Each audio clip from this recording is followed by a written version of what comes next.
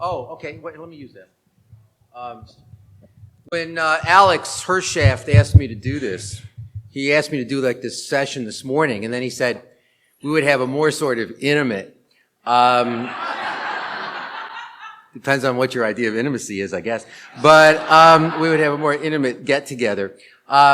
So I was expecting a slightly different thing. If I knew we were going to have these people, I would have done the second PowerPoint presentation I've ever done in my life. But you ain't getting that, because I don't have it. You're just going to have to deal with me. The bottom line is, look, as I said this morning when I started off, I disagree very, very much with what's going on in this movement. But as with Bruce and other people here who promote a welfarist or regulationist sort of agenda, I have no doubt that they're doing this because they sincerely believe it's right, and I don't in any way question their integrity. I do, however, think they are incorrect and they're pushing this movement in the wrong direction. Now, look, a reformist or regulationist agenda requires that we accept as a general matter that the primary focus or the primary interest is reducing suffering, and we're going to put the killing issue off. So we're going to focus on regulating use so that we can try to reduce suffering. But we're going to continue to allow use, and indeed, in certain ways, to promote use. We're going to promote use because we want to take the position that the agenda, that the movement focus ought to be on reducing suffering. I think that's wrong for some of the reasons I discussed this morning. I think that as a movement, we have bought into the notion, and it's understandable. Our movement comes from the 19th century progressive utilitarian movement that Jeremy Bentham was a part of, that John Mill was a part of. It's part of that progressive thinking that was going on that dealt with feminism, that dealt with anti-slavery, that dealt with children's rights. What our movement is comes out of that. But what that was, as I talked about this morning, was this idea that animals matter, they can suffer, and because they can suffer, they matter morally. However, they don't care that we kill them. They only care about how we treat them and how we kill them, because unlike us, they don't have an interest in their lives. I think that's wrong. I think Bentham was wrong when he said it. I think Singer's wrong when he says it. I think Tom Reagan is wrong when he says that animals have fewer opportunities for satisfaction than humans do. I think that's wrong. I think it's totally speciesist, and I think what we've done is we've linked the whole idea of the moral value of animal life with human-like cognition. And I'm telling you, I cannot see the justification for that. Is human-like cognition morally relevant? Yes, as I said this morning, it may be. There may be circumstances where differences in intelligence, differences in ability to reason, differences in abstract abilities may be relevant. But when it comes down to it, yes, if you've got somebody who's a math genius and you've got somebody who cannot do calculus and you're trying to hire a math professor, you don't hire somebody who can't do calculus or algebra or whatever.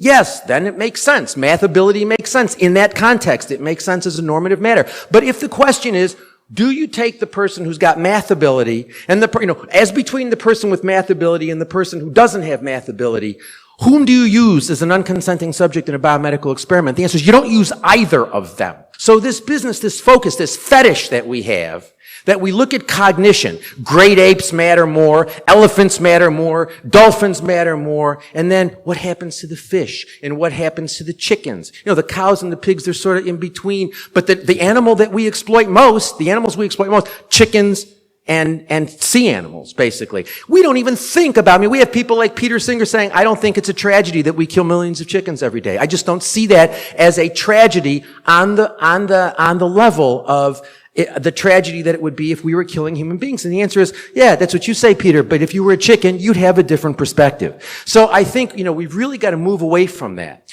And I think that the whole welfare movement focuses on this focuses on the use notion, on the treatment notion, doesn't focus on the use notion. But when we talk about the practical problems with the welfare movement, I do not believe animal welfare does it as an empirical matter provide significantly greater protection for the interests of non-human animals? I think not. I think the difference between what the reformists want and what we've got now, it's like saying, well, we think that waterboarding people in Guantanamo Bay is a bad idea, so let's put some padding on the waterboard. Or let's make it better somehow. Let's put padding on the waterboard, let's paint the rooms, let's play pleasant music. Would that make it better? I guess, maybe. But is that what we should be focusing on? Certainly, the welfare reforms that are being promoted by all, and I mean all, of the large animal groups in this country, in Europe, in South America, are all basically putting padding on waterboards. I do not believe that there is any empirical evidence to indicate that animal welfare reforms are driving up costs so that demand is coming down. I have seen some claims to that effect, and if Bruce makes them today, I will take part of my 2 minutes at the end and deal with them. But I have seen some claims that some studies show that welfare reforms cause demand to go down. That's, in my judgment, complete nonsense. The study that I've seen cited, I've read it. I've read the whole thing, not just a summary of it. I've sat down with statisticians. I've gone through it. It's nonsense. It doesn't hold that at all. It basically says that we're eating more and more animals every year, but that there's been a small decrease with pigs and maybe chickens, that there's been a small, that the consumption of pigs and chickens, not cows, pigs and chickens haven't gone up as much. It's gone up, but not as much as one would have predicted given consumer trends. But there is no claim, nor could there be a claim. You'd have to have a lot more empirical data to be able to link any consumption patterns like that to welfare campaigns. Furthermore, when people are not eating chicken or pork, it doesn't mean they're eating tofu. It means they're shifting their purchasing choices. If they are in fact doing that, they're shifting their purchasing choices to processed foods that have pork and processed foods that have chicken. Okay? So this idea that, well, if we make the price go up, we're going to make the demand go down. The answer is, you can make the price go up, but that doesn't mean people eat tofu and broccoli. It just means they change their consumption patterns to other animal products. Okay? But there's no empirical evidence that animal welfare reforms are driving up costs. If anything, the evidence we have is that animal welfare reform actually increases production efficiency. For example, look at veal crates. Veal crates, terrible thing. Have all these these campaigns get veal calves out of veal crates. The reality is, if you take the veal calves out of the veal crates and put them in smaller social units, you actually reduce dramatically the veterinary costs that you incur. So it's actually cost effective. Same thing with gestation crates. If you use electronic sow feeding, you actually will reduce pig mortality, you'll increase sow productivity, and you actually you make animal exploitation more economically efficient. This is not going to cause consumption to go down. It's not going to cause demand to go down. All this is doing is making exploitation more efficient. And the other thing that it's doing, and I think this is just devastatingly bad, is it's making everybody more comfortable. You cannot tell me that when PETA, and again, I don't mean, I have a great deal of affection for Ingrid, but the bottom line is, you cannot tell me that when PETA and Mercy for Animals and HSUS and Vegan Outreach and Compassion Over Killing and all of these organizations sign a letter expressing appreciation and support to John Mackey for his happy exploitation program at Whole Foods. They sign a letter which was on the Whole Foods website for, I think, 2 years. Okay? When you have these organizations saying, we stand behind you, we express your appreciation and support on one hand, and then on the other hand say, oh, we're not encouraging people to consume that stuff. The answer is, sorry, people don't discriminate on that level. When you have all of the major organizations promoting John Mackey, when you have all of the major organizations promoting these fast food outlets, when you have groups like PETA saying that McDonald's is leading the way in the welfare of animals used in the fast food industry, you can't say that on one hand and then on the other hand say, well, we're not encouraging people to eat McDonald's. The answer is, sorry.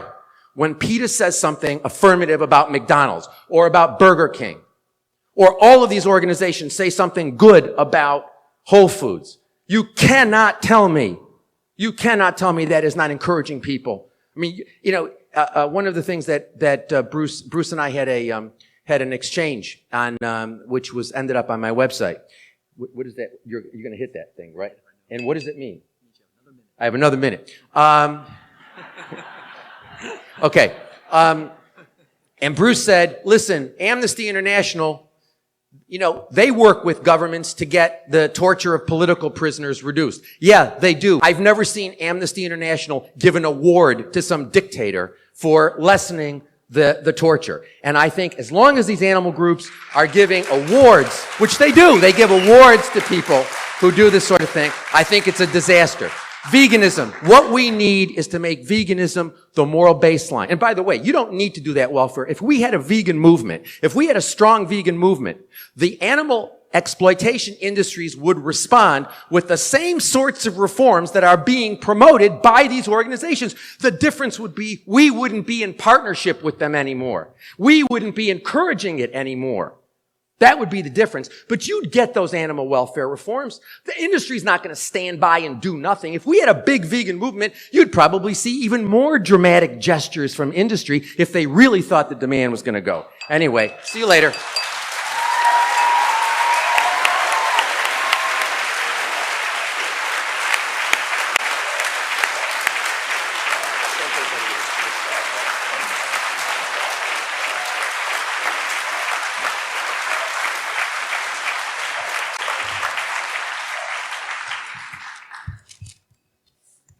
Hello.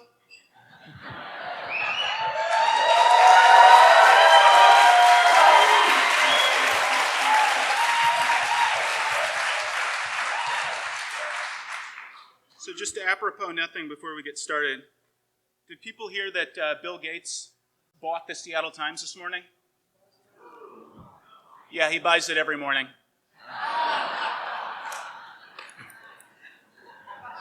Some people are a little slower on the uptake than others. I just want to start by saying that Gary and I agree on probably 90% of what he just said. We agree that cognition is not the issue, capacity to suffer, and valuing your life is the issue, and other animals share those basic capacities with us. We also agree that animals' lives matter, and they matter to them, just like our lives matter to us. So, as Will said in the introduction, I've been a vegan, abolitionist, animal rights activist for 25 years. And where Gary and I disagree is on whether we should be actively opposing welfare reforms. And he feels, as he just eloquently laid out, that they are counterproductive to helping animals and that they are basically valueless. I feel the exact opposite of that. I think both that they are meaningful for animals, and I also think that they lead us toward abolition. So, Gary, a lot of people have been talking about this as a debate, and people talk about this, dichotomy, welfare versus rights. And I just want to point out that that those of us who support welfare reforms, most of us are also doing, mostly vegan abolitionist advocacy. We just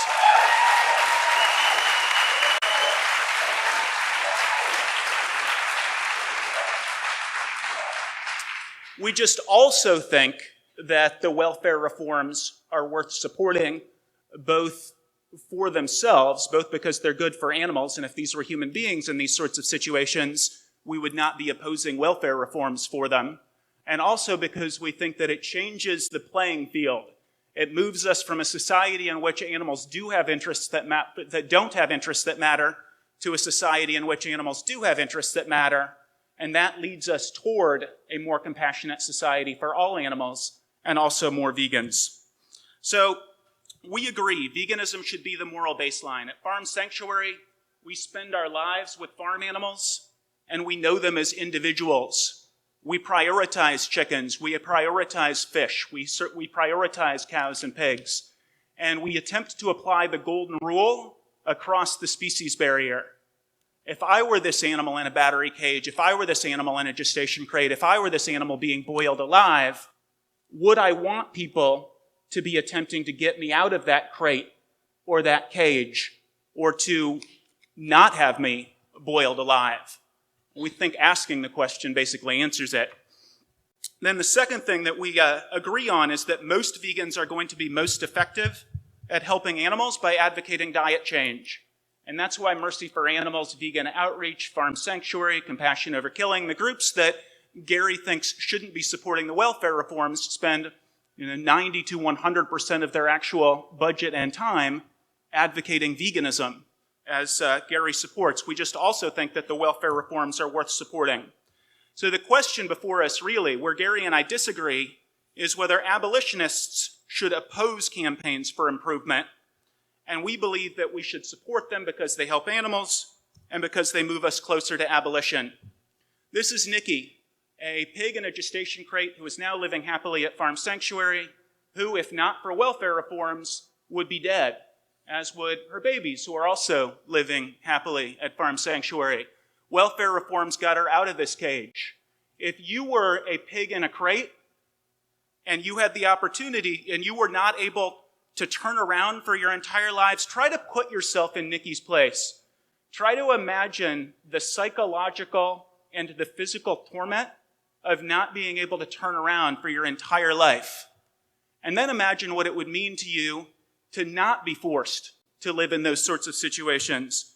So this is crate-free, and Gary showed some photos of cage-free earlier. And oftentimes people who oppose welfare reforms point out that the welfare reforms don't save the animals, and that, for example, these pigs are still mutilated without pain relief. These pigs are still going to be crammed onto transport trucks and taken 36, 48 hours to slaughterhouses. These pigs are still going to be violently slaughtered at slaughterhouses. And all that is true.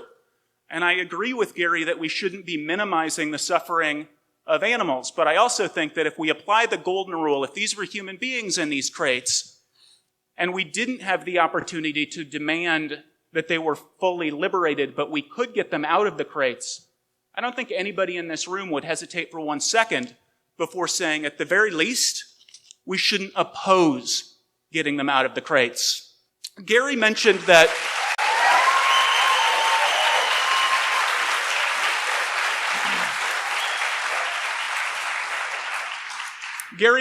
the reforms take some time, and that's true. Proposition 2, which passed in 2008 in California, banned gestation crates, veal crates, and battery cages. And it takes effect January 1st, 2015. It takes some time. But January 1st, 2015, gestation crates are illegal in California, veal crates are illegal in California, and barren battery cages are illegal in California. And for the millions of animals who are getting out of those crates, who are still going to suffer miserably, but who are not going to suffer the physiological and psychological torment of their entire lives, unable even to take a step or turn around, if you were the animals involved, that is something that you would want.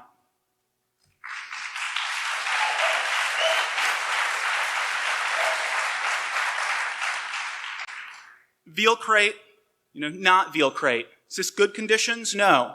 But for the animals involved, from this to this, for their entire lives, is meaningful.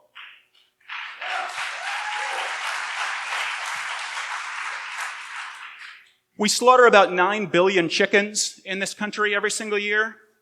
Every one of these animals is still conscious when their throats are slit open. Millions of them are literally boiled alive every single year. They are snapped into metal shackles while they're still completely conscious, electric shocked, their throats are slit open. Hundreds of millions have their body cavities sliced open, or their wings sliced off, or a leg sliced off.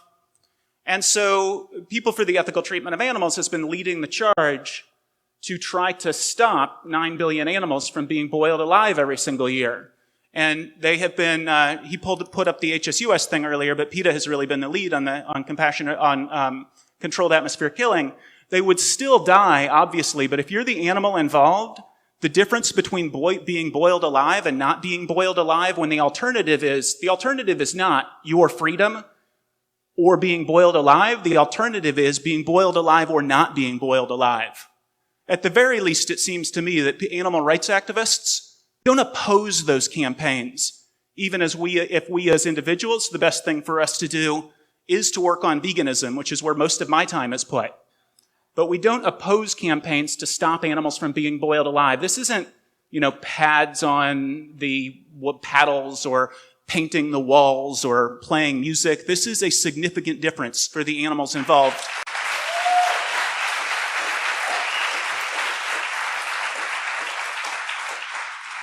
And it strikes me as deeply speciesist. If we are trying to empathize with animals to write these changes off as insignificant. And it's worth noting, Gary did oppose Proposition 2. He is consistent. He also opposed the foie gras ban, which passed in 2004. Banning foie gras. California is the only place in the world where you can't legally buy foie gras right now.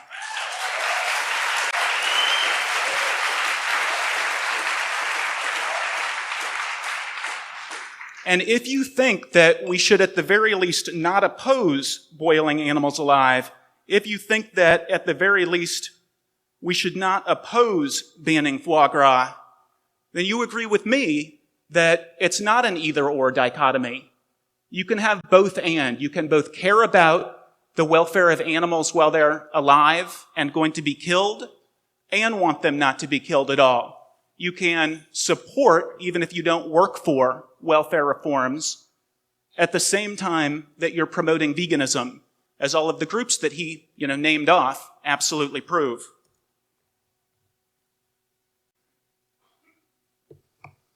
So imagine if these were human beings. He sort of glossed this a little bit by saying that Amnesty International doesn't thank governments that stop torturing. That's a little different from regardless of whether they thank or not, they certainly support welfare reforms. And the position that he is defending up here, and the position that he has been articulating for many years as eloquently as anybody could articulate it, is that the welfare reforms are counterproductive and speciesist. And I would contend very vigorously that the opposite of that is true. If we're talking about the death penalty abolitionists still don't want people to be paralyzed and suffering for the 5 minutes while the chemicals work. And not only do they support reforms that will make the death penalty painless, they actually work for reforms that will make the death penalty painless. In Saudi Arabia, they actually did support, they didn't just fight for women to be able to bicycle and drive, and probably one of the most misogynist countries in the world, cultures in the world, but they also did thank the Saudi Arabian government for just this year giving women for the first time the opportunity to bicycle and drive. This is probably more toward the line of playing music as you're being tortured or whatever. But political prisoners, male visitation, protective custody. I spent about 2.5 years in jail, and so this is for peace activism before I came into the animal rights movement. And I can tell you that when we were not being given blankets or I was not being given vegan food, I shouldn't have been there in the first place for protesting against nuclear weapons. But I was really thankful to the people who were fighting to get me vegan food and fighting to get me blankets.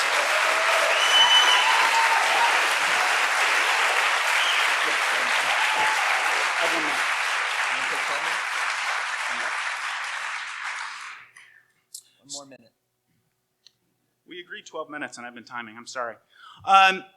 And then the last thing I want to say is I do also think that Gary is wrong. The evidence is that a culture that says we don't care at all about chickens, we don't care at all about animal welfare, is going to be a culture where it's impossible to have conversations with people about complete liberation. There are more than 1,000 studies that detail the fact that if first you get somebody to do something small, they are far more likely than to do something big. So Gary just mischaracterizes, I don't know, I'm sure he read it, it must have been a while ago, the Kansas State study, which absolutely does show, and don't take my word for it, don't take his word for it, do go read it, but it does say that media attention to animal welfare issues has resulted in significant negative effects on U.S. meat demand. High-profile ballot initiatives like Proposition 2 decreased consumption.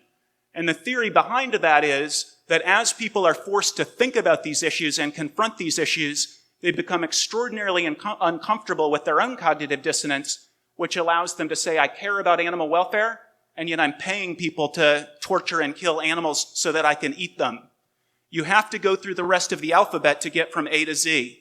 The countries and cultures that have no animal welfare regulations have no vegans and no animal rights activists. The countries and cultures that have the most animal welfare regulations have the most vegans and animal welfare activists.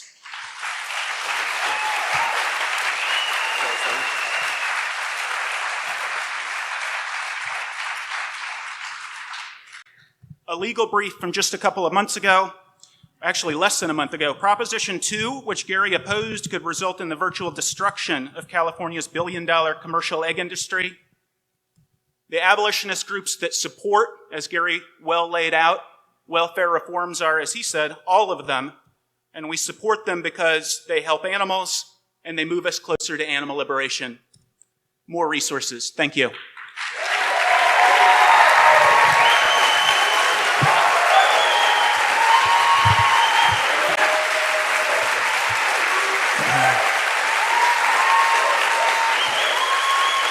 All right.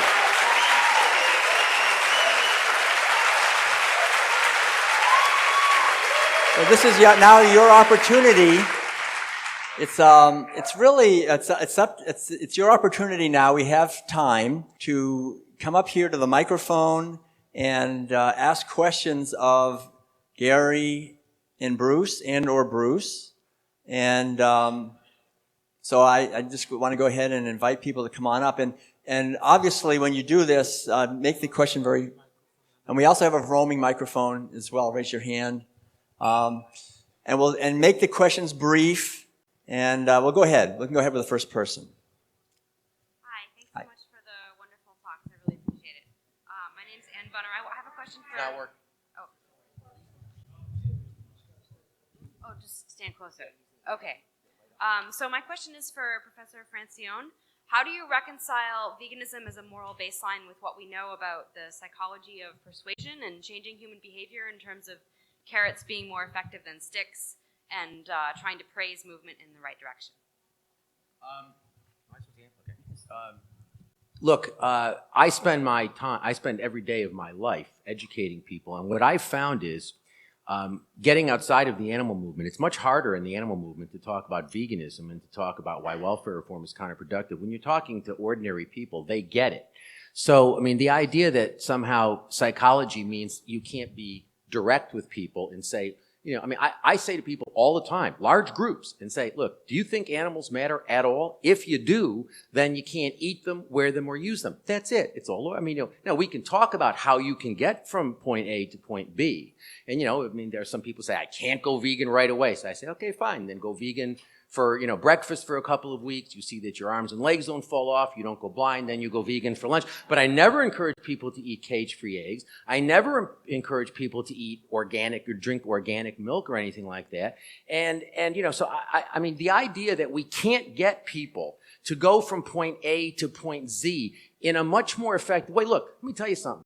I've been doing this work now for 32 years. And I've been hearing people who support welfare reform tell me, oh, we've got to take these welfare reforms because the welfare reforms will get us to abolition. I don't see us getting closer to abolition. I see us getting closer to a culture that is comfortable with humane exploitation and that feels good about buying cage-free eggs and crate-free pork. And by the way, all of that stuff, my point is all of that stuff would happen anyway without the welfare reforms. That's a key point that I don't think Bruce addressed.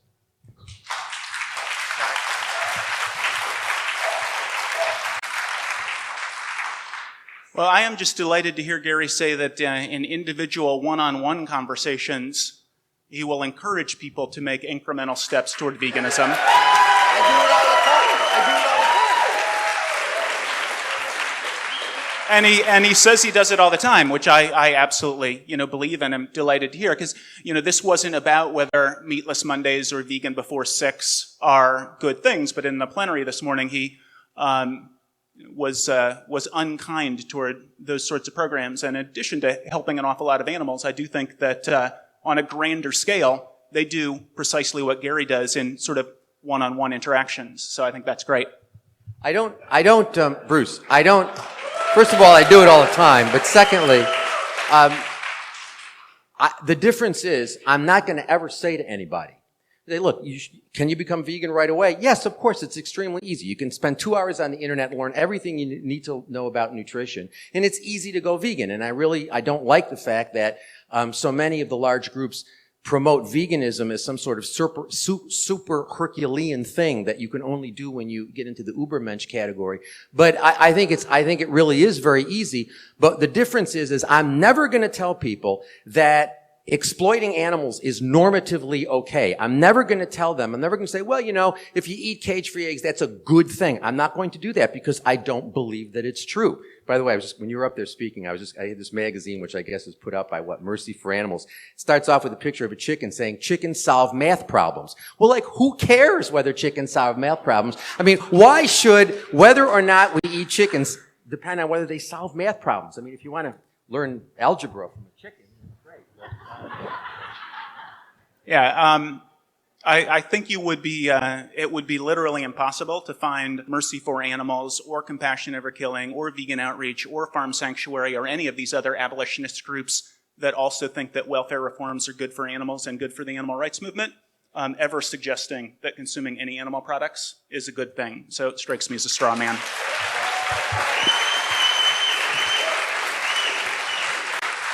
But when Mercy for Animals and Farm Sanctuary and PETA sign a letter expressing appreciation and support to John Mackey for his pioneering happy exploitation efforts, have that on the Whole Foods site, okay, and have Whole Foods advertising that all of these groups promote their happy exploitation campaign, you don't need to say anything. You really don't.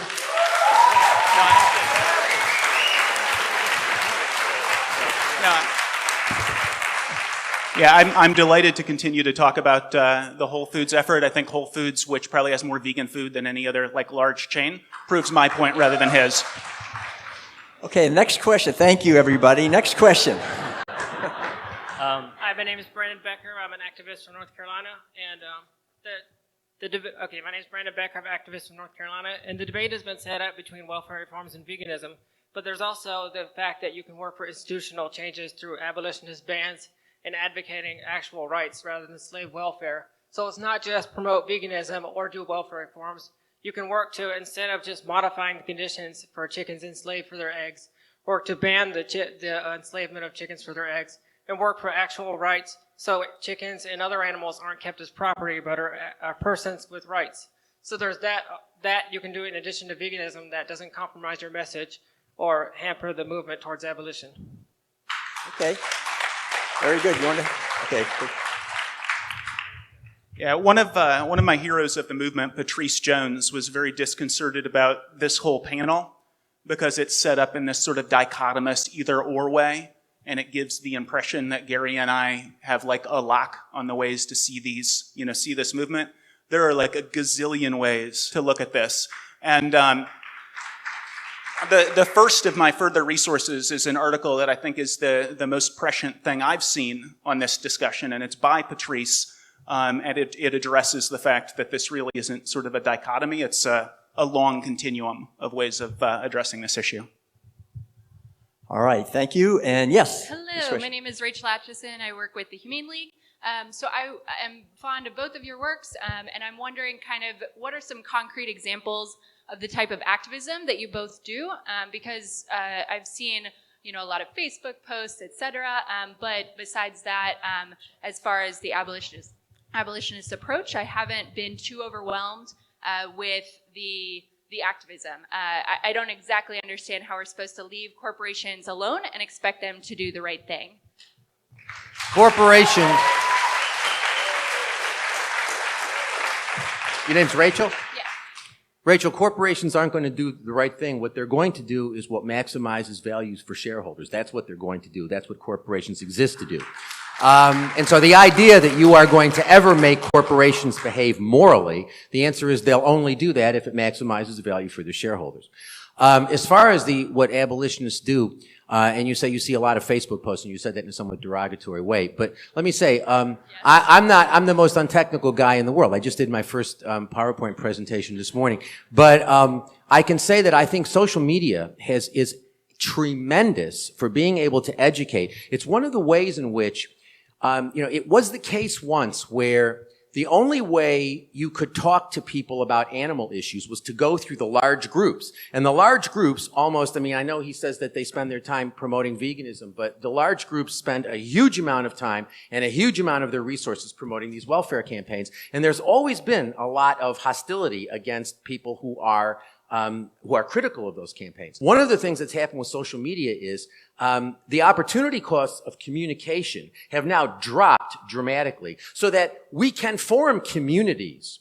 We can communicate with each other. We don't need the large groups anymore, number one. Number two, if you think about what we have done in, I would say, the past 6 or 7 years in terms of grassroots groups forming in countries all around the world that are promoting veganism as a moral baseline, and we haven't done it with the how many hundreds of millions of dollars that the large organizations have. HSUS sits on top of what? $250 million. PETA takes in what? 30, 40, 50 million dollars. I don't know what Farm Sanctuary takes in. All of that money, we don't have any of it. And what we've done in 5 or 6 or 7 years in terms of getting people focused on the idea that veganism is the moral baseline, I'm proud of that. And how can you elaborate on how? They do it in all sorts of different ways. I was in Spain, for example, and I saw there were groups in Spain that were going to on market days, and they were setting up, and they had vegan literature, and they had samples of vegan food because people think that vegans eat styrofoam or whatever, and that they don't, and people have samples of vegan food. But they engage people because, you see, I really do think, to me, Michael Vick is the gift that keeps on giving.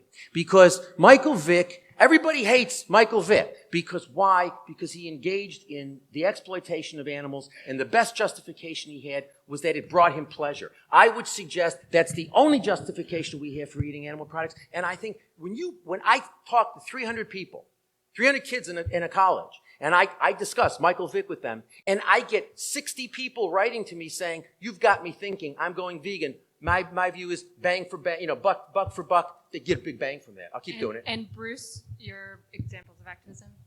Sorry to drag this cord over you, Gary. Yeah.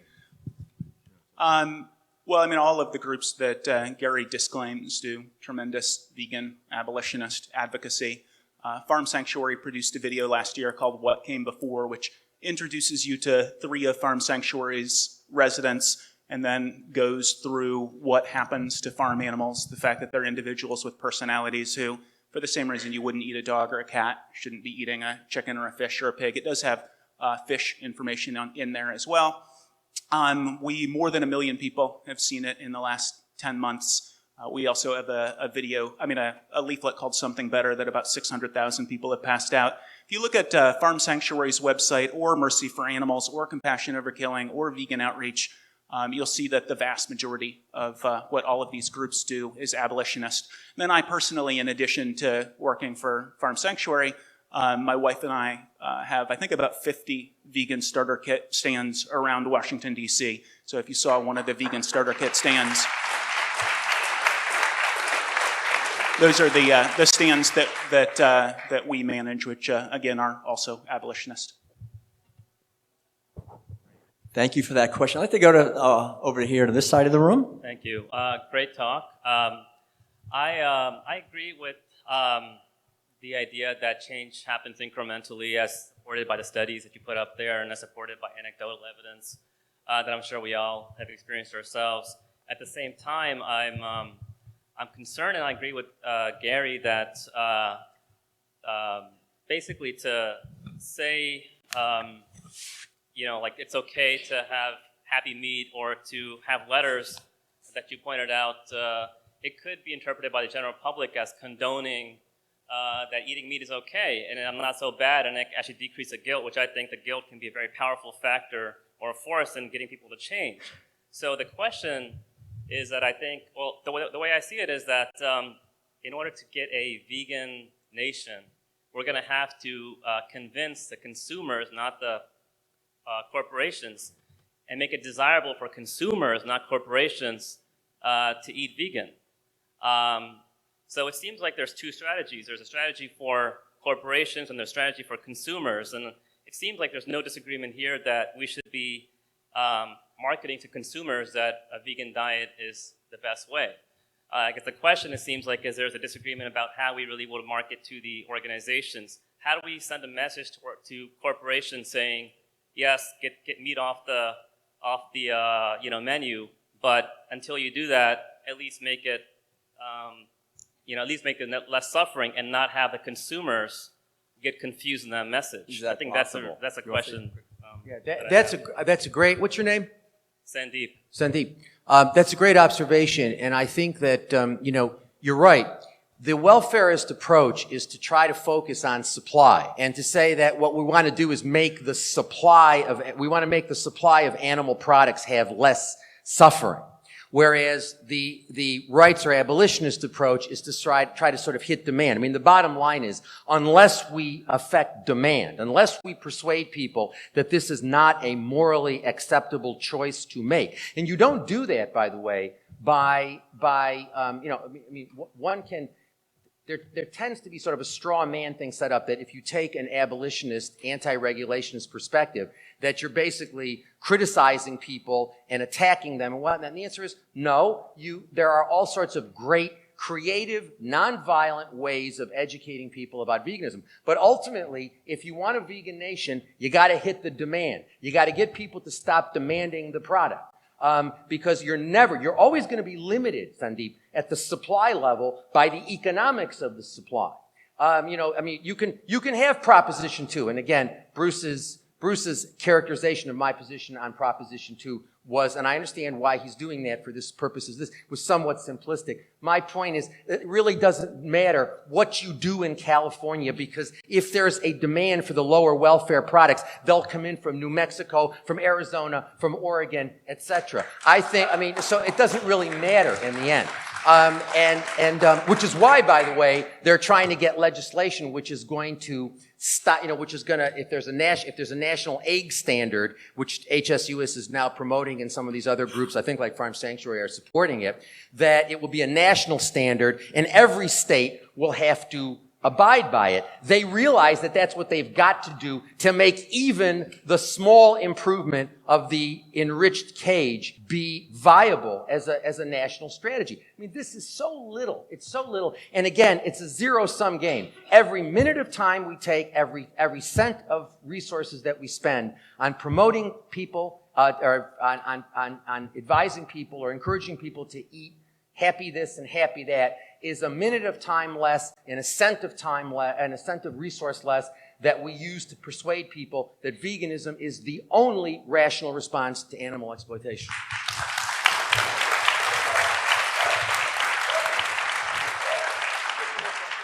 If you Google Gary Francione and Proposition 2, the first thing that comes up is Gary Francione telling people to oppose it.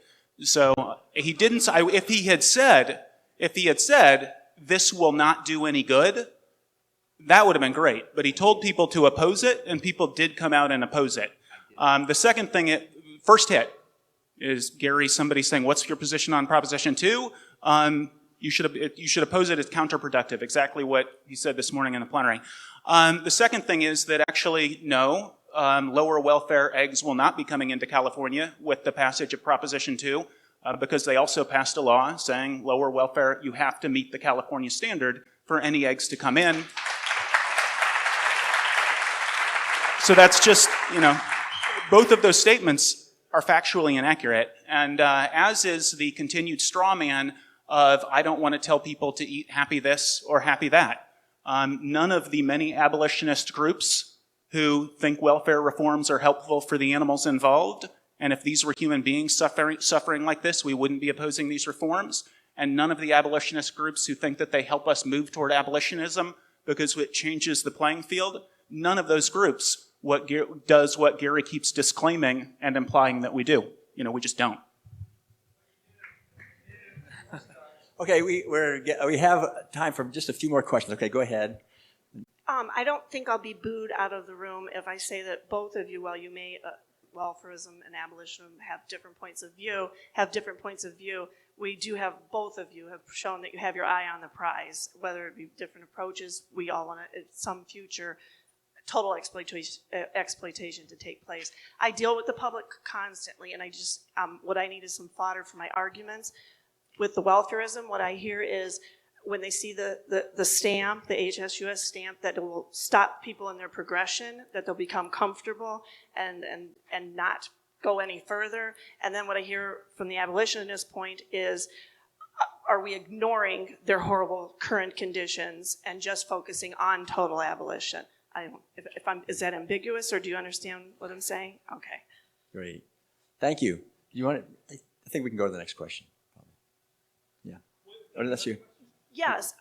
People, when they'll ask me, with sorry. welfarism, are we just making them comfortable and then they're going to stop and not go any further? And with abolitionism, are they going to ignore the horrible conditions now and just focus on total abolitionism? And I don't know how to answer. I get that constantly through my work, and I don't know how to answer those questions.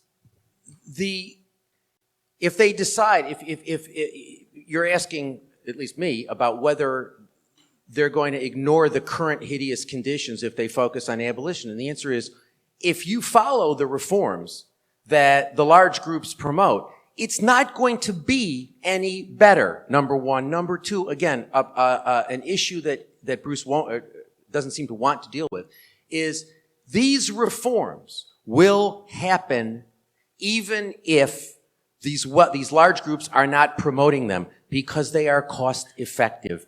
Crate-free pork is cost effective.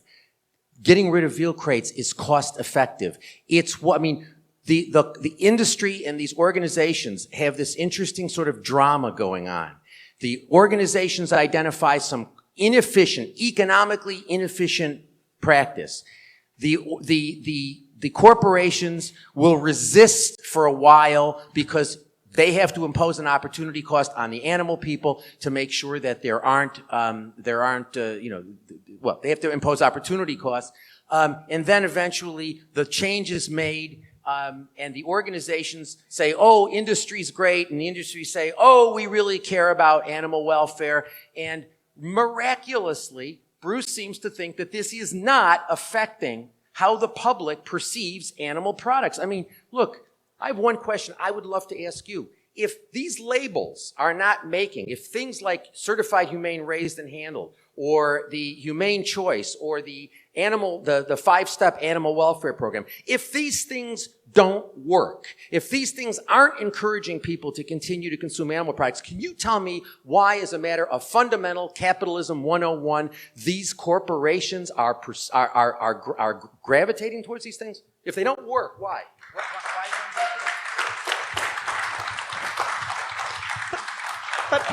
But Bruce, I really wanted to know.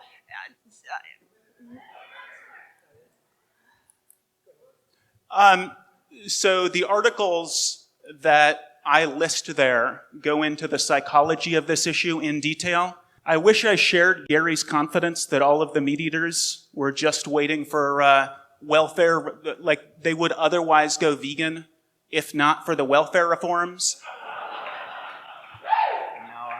But the welfare reforms are all in the last 5 to 10 years, which is also the first time we've seen significant drops in meat consumption.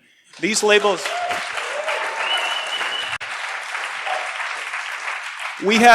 So as probably most people in this room know, the Animal Welfare Act exempts farm animals altogether. The Humane Slaughter Act exempts birds, who are 98.5% of slaughtered animals. So we have not had any welfare reforms for farm animals until a decade ago. It was the very first one, was Florida with the gestation crate ban. And if you look at the precipitous drop, more than 1 billion fewer animals were eaten last year than were eaten 7 years ago. It tracks identically with the gestation crate bans, as well as with the rise of these humane labels. Now, I also recoil at the humane labels. The idea of certified humane on an animal corpse is revolting, and it's wrong. And I would never suggest that somebody look for it, and I would never suggest that somebody buy it. But the psychology is absolutely overwhelming that the people who go from eating the worst abused animals to animals with the certified humane or American humane or whatever else on the package, they weren't going to otherwise go vegan. They're supporting less abuse rather than more abuse. And now that they've done something, we have more than 1,000 psychological studies that say that the consistency principle can kick in, and it will be far easier to talk to them about veganism. Now that they've said, I've made a decision on behalf of chickens, and then we say, well, why did you do that? They, in order to be consistent, have to stop paying people to slice chickens' throats open. So I just fundamentally and completely disagree with the idea that people are going to go from not caring at all to that going, I mean, a lot of people do, and that's mostly what we support. But when people go to certified humane or they go to one of these other labels, they're far more likely to take the next step. And it wasn't they were otherwise going to go vegan. It's they are now far more likely to go vegan. Okay, so this, I guess, unfortunately, we pardon me? In the back? No, not that one. Oh, I see. Come on. You were over there, now you're over here. Okay, go ahead. We'll have one more. We'll wait. Working now? Thank you. Okay, go ahead. Great. I had a question I wanted to direct to Bruce. So you mentioned earlier in the University of Kansas study done by some agricultural economists. You didn't mention this point, but they found that the number of farm animals that would have suffered in the past 10 years, were it not for media attention to animal welfare issues, be it legislation or other animal welfare issues, that there would have been 10 billion additional animals that would have suffered and been killed in these farms over the past 10 years, if not for these welfare advances. So along those lines, here's my question to you. I guess point that I would love your thoughts on. There's a great organization, they're not tabling this weekend, but they're called Humane Research Council, that like those agricultural economists, they say, rather than look at this as a philosophical question, let's just look at the data of, what happens and what causes it. And they had a really interesting study they conducted a few years ago that, among other things, found that those who eat, so-called humane meat, or what they believe to be humane meat, free-range eggs, cage-free eggs, so on and so forth, the people who eat, quote-unquote, humane meat are more likely to go vegetarian or go vegan than the rest of the public. This would seem to contradict a lot of what we've heard from Mr. Francione, but I would love to hear your thoughts on those points. Well, yeah, I mean, I think that's absolutely true and more eloquently stated than my attempt to say basically the same thing a moment ago. But if people want to email for the articles, don't take Gary's word for it. Don't take my word for it. The Kansas State study is extraordinarily eloquent. I mean, extraordinarily well done. It's peer-reviewed, and it explains, certainly it was convincing to me, that the welfare reforms move us toward fewer animals being consumed at all. And we've only in the last 5 or 6 years seen farm animal welfare put onto people's moral map. And we've also only seen a decrease, of 1 billion animals a year, a decrease in animal consumption over these last 5 or 6 years. And there are many articles written on this issue. I've never seen one written in the other direction. When that study came out in 2010, Gary said, this is a crap study, and I'm going to be publishing something explaining why it's a crap study, and we just had a quick exchange. He worked with a statistician, and I guess, wasn't, they think it's a crap study, but the statistician wasn't able to write the piece yet. But, I'm sorry, that's what I thought. Okay, that's what I thought you said. But yeah, no, that is absolutely right. But the other thing I want to say is, for people who apply the golden rule across the species barrier, for people who care about animals as individuals, the idea that it would even be a strong argument that these animals suffering more is somehow like we would not support causing these animals to suffer less because it makes our end goal harder. I can't even begin to imagine anybody in any human rights movement making that sort of an argument. it strikes me as deeply speciesist.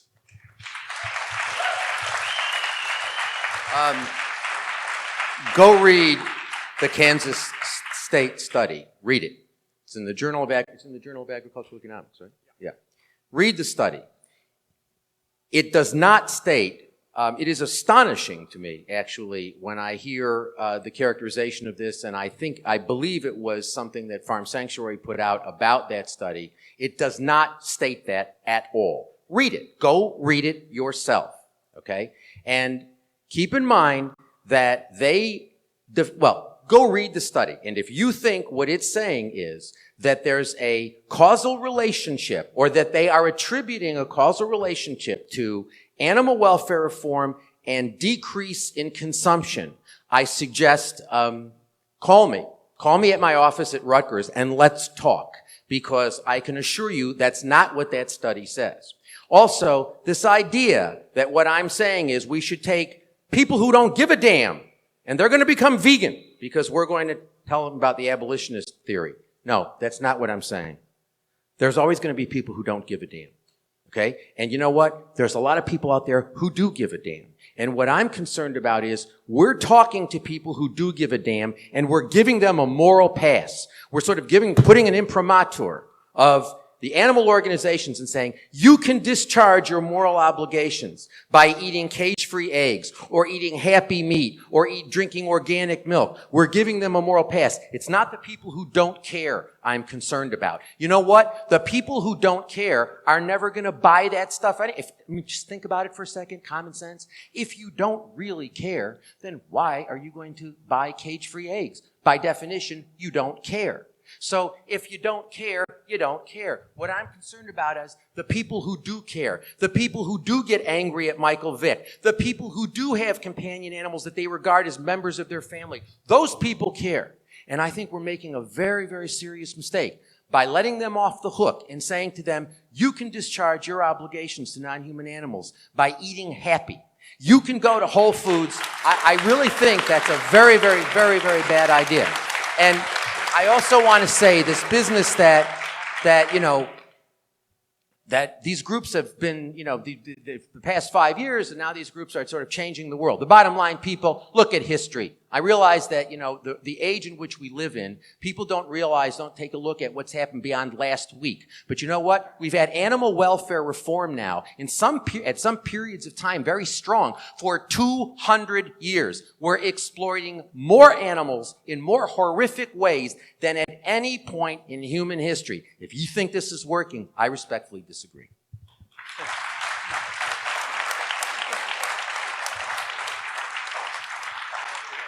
Yeah, no, once again, Gary and I agree that we shouldn't be promoting happy meat and that veganism should be the moral baseline. Mercy for Animals, Compassion for Killing, Farm Sanctuary. We all agree that veganism should be the moral baseline. But I would just point out again that animal welfare with regard to dogs and cats is very different than animal welfare with regard to other animals. And we still have absolutely no legal protection whatsoever for fish. And we still have absolutely no legal protection whatsoever for chickens, and those are the two animals who are most exploited. So the idea of saying we've had animal welfare around for hundreds of years, for farm animals, we've had some teeny modicum of animal welfare going back to 2002, and it really only started kicking off 5 or 6 years ago, which is also when we started to see the decline in the overall consumption of animals. Bruce. You say that you support veganism, and I'm sure that you are a vegan, but you also, I have read, since you want to talk to me about my views on Proposition 2, and please, go read my essays on Proposition 2. You have described the idea of being a consistent vegan as purist and as fanatical. Now, my view basically is, yes, I am vegan. I will not, I'm a label reader. I read, I will not put anything in my mouth that I don't know whether, if there's any animal product. And if I'm in a restaurant and I can't get something vegan or something I'm reasonably certain is vegan, I don't eat. But you talk about the purist approach, and I believe, actually, didn't you join in with Peter in that essay in which you talked about veganism being fanatical? Was You should ask, Aaron. I asked. I quote Gary's interpretation of my quote.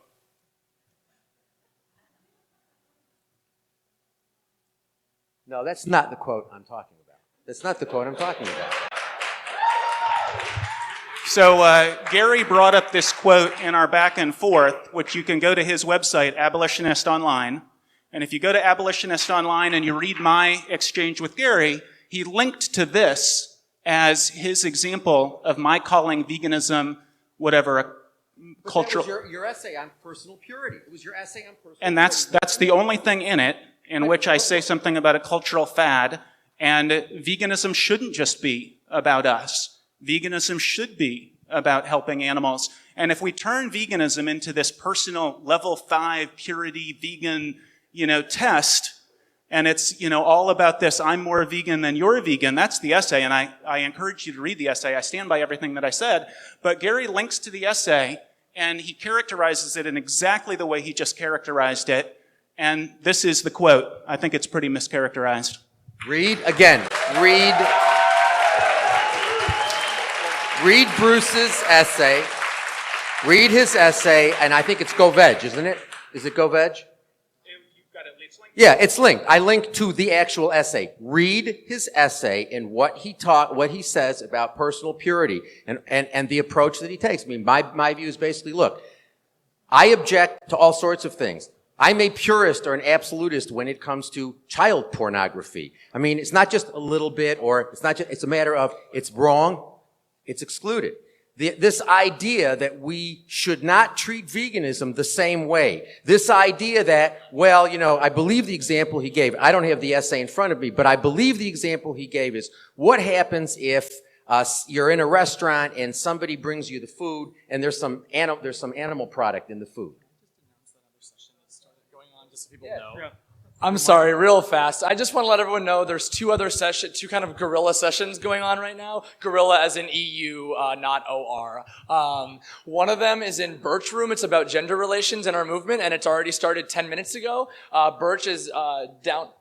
Yeah, it's the one about sexual abuse in the movement. So anybody who's interested in, this topic, then please come down, and it's going to be a sort of a private session. Well, a safe discussion. It's a safe space, basically. It's down the hall past Arbors in Birch Room. Also, right across the hall in Beach Room, there's a session about the activities going on in Latin America and in Mexico by vegan abolitionists. So those are going on, and we're going to have to end this by 2 so that we can turn this room back into a session room. And one other quick announcement. The lady who found a blue bag with someone's personal effects, please bring it to the front. The lady's waiting for it right here.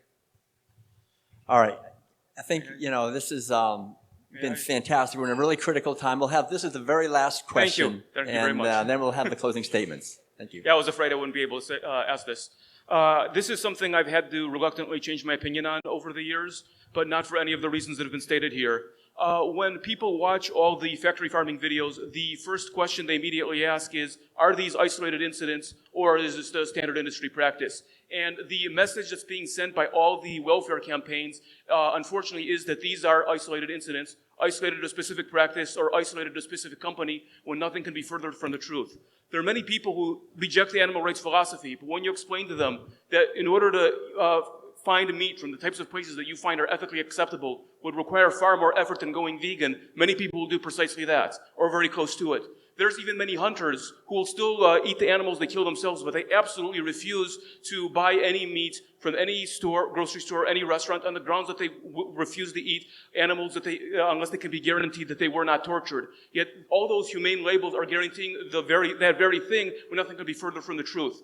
The problem is not just that we're telling people that it's okay to eat happy meat. We're telling people it's okay to eat factory farm meat. We're not just condoning eating animals in principle. We're advocating that it's okay to torture them too. We are not elevating them to the next level. We're actually sinking far below the social norms that have existed in our society since long before the dawn of recorded civilization. The thing you're putting the this is acceptable label, that would have been condemned by every major religion, for the past 1,000 years. Thank you. All right. I think we can have the closing. Just real quick, veganism is not a diet. It's the idea and life and way of living that animals are not ours to use for any purpose, not just diet. Please stop referring to it as a diet, both of you and everyone else in this room. Thank you. Good point. Very good point.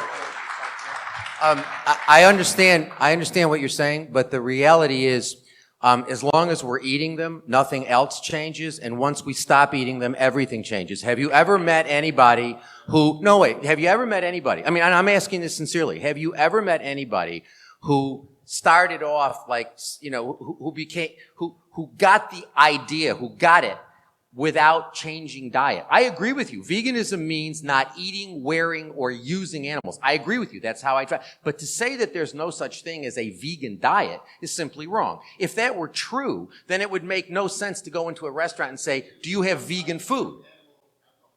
No, I'm with you. All I'm saying is until we get people to focus on what they stick in their mouth 3 times a day, we're never going to once you get them to adopt a vegan diet, everything changes. Until you get them to adopt a vegan diet, nothing changes.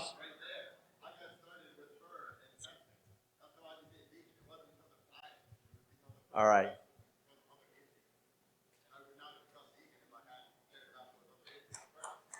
Okay. So I want to thank all of you. One thing. We have about it's labeling, just to finish it. I fully understand both positions, and I think we're going into the very devilish details. And hair splitting is not going to help.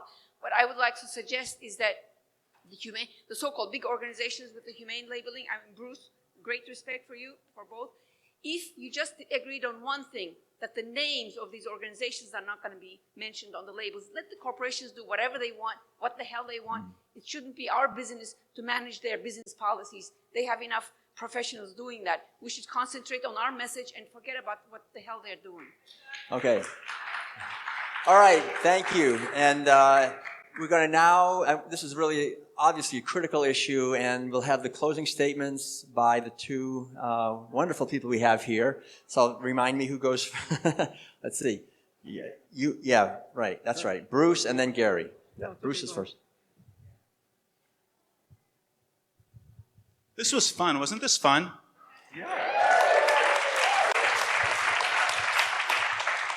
I can't remember who it was, but somebody was saying that when we can get this passionate about areas where we disagree, when we agree so thoroughly on some basic issues. I mean, everybody in this room is opposed to animal exploitation. Everybody in this room agrees with veganism as the moral baseline.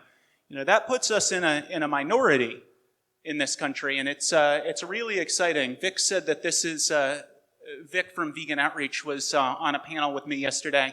He said this is such a phenomenal, highly charged, wonderful conference of beautiful people doing beautiful things. And I couldn't agree more. It's really just an honor and a pleasure to be here with all of you. So thank you for that.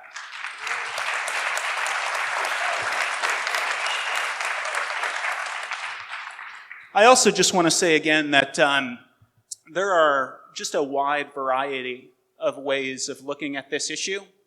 And it is not the case that Gary and I encapsulate, every possible perspective on the issue of abolitionism or on the issue of welfare.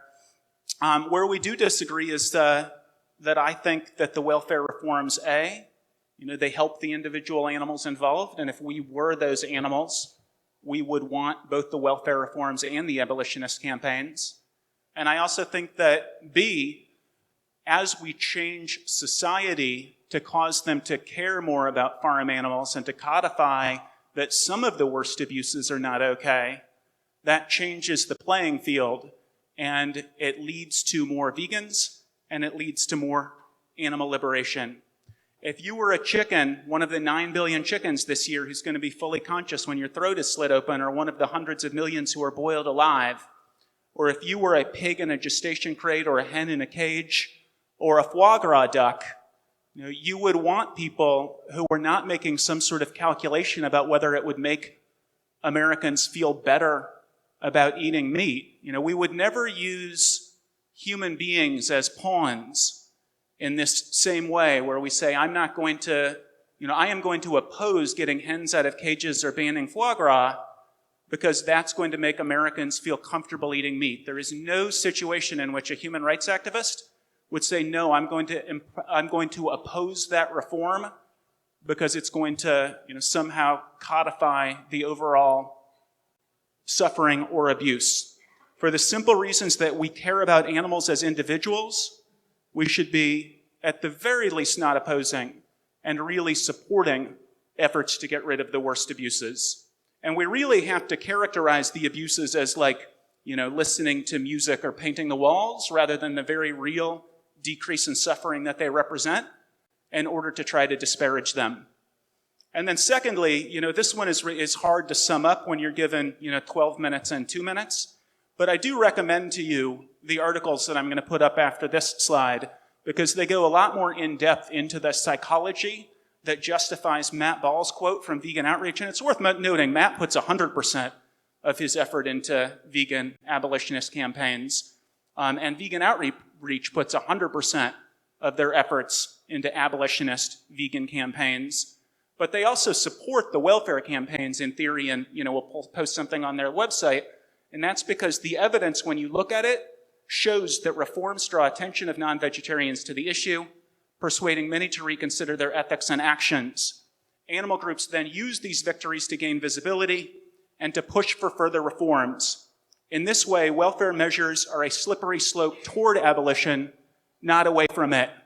And again, I would encourage you, look at the countries that have absolutely no welfare reforms at all, and there's no animal rights movement and no vegans. Look at the countries. Well, even if it's wrong, it's not a lie. This is my Barack Obama moment where, was it Steve King who screamed liar? So this is, this is one of the things that Patrice was so concerned about, this idea that we have to scream at one another and challenge one another's, honesty and integrity. I really appreciated that Gary got up and said, I don't challenge Bruce's integrity. I don't think he's making things up. I don't think he's lying. I think he's wrong. So even if I'm wrong, and I've read a fair amount about it, and there's a fair amount written about it, even if I'm wrong, I assure you, you don't have to believe me, but I assure you I'm not lying. So, hopefully we can at least...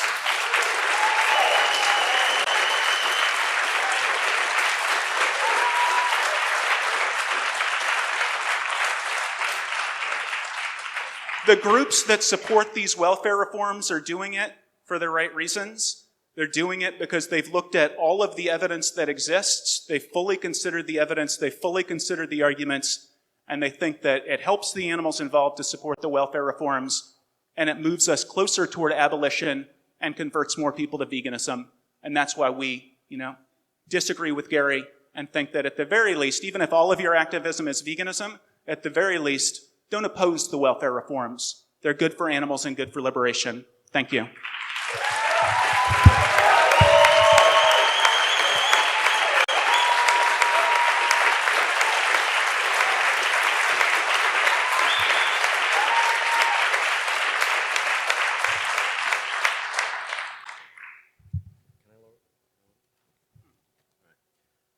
Look, I think we've got to change the paradigm. And I think, we really have to rethink and reconceptualize how we think about non-human animals. And we're never going to do that as long as we're supporting welfare reform. It's never going to happen.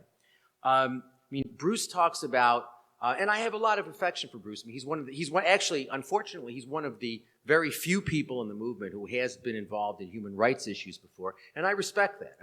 He has a progressive position, and I respect that. But I think he's just dead wrong on this. This idea that, the issue is not do we promote them, but should we not oppose them? The answer is, who's promoting them? It's not that it's these large organizations are promoting these things. They're not just falling out of the sky, and then I say, well, we should oppose them. No, it's the organizations are going out and doing huge amounts of fundraising, collecting huge amounts of money, which they're using on these welfare reform campaigns. So it's not just a question of, well, do we just not oppose them? It's a question of, no, should we promote them? Should you support them? Should you be giving money to organizations that promote these things? That's the fundamental question.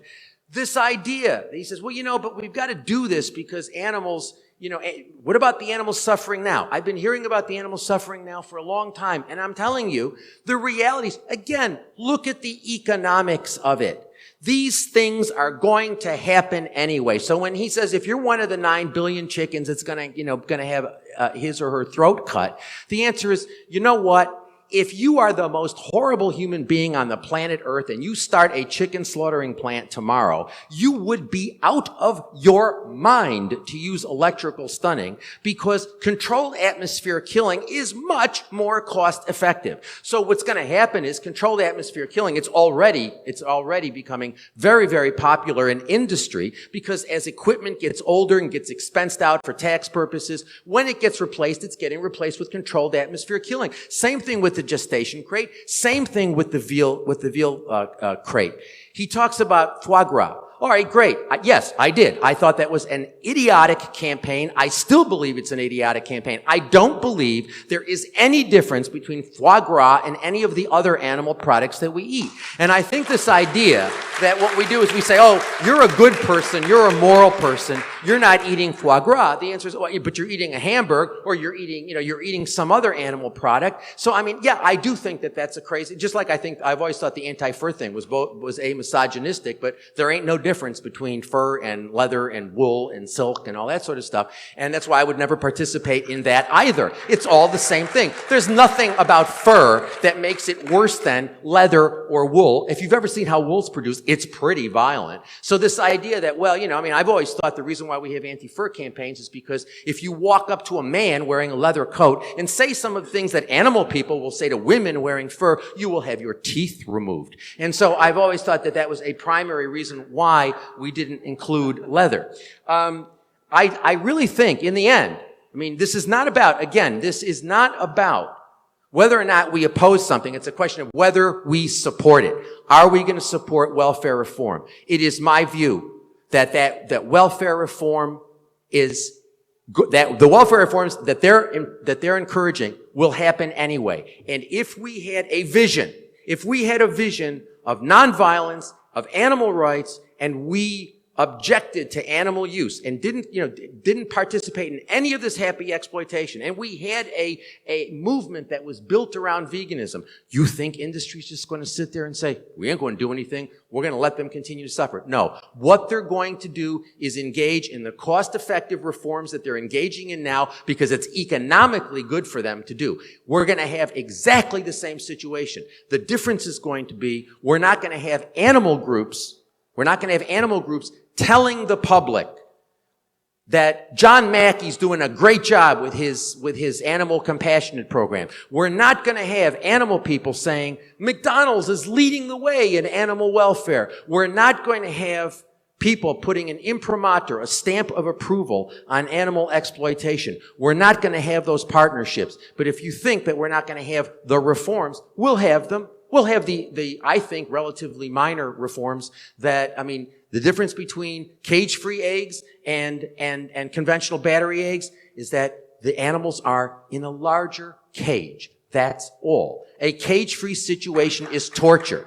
And the idea that we have animal people promoting cage-free eggs is just, in my judgment, tragic. Again, remember, and one thing I want to leave you with, and that is this. We've all got limited time. We've all got limited resources. So you got to make a decision.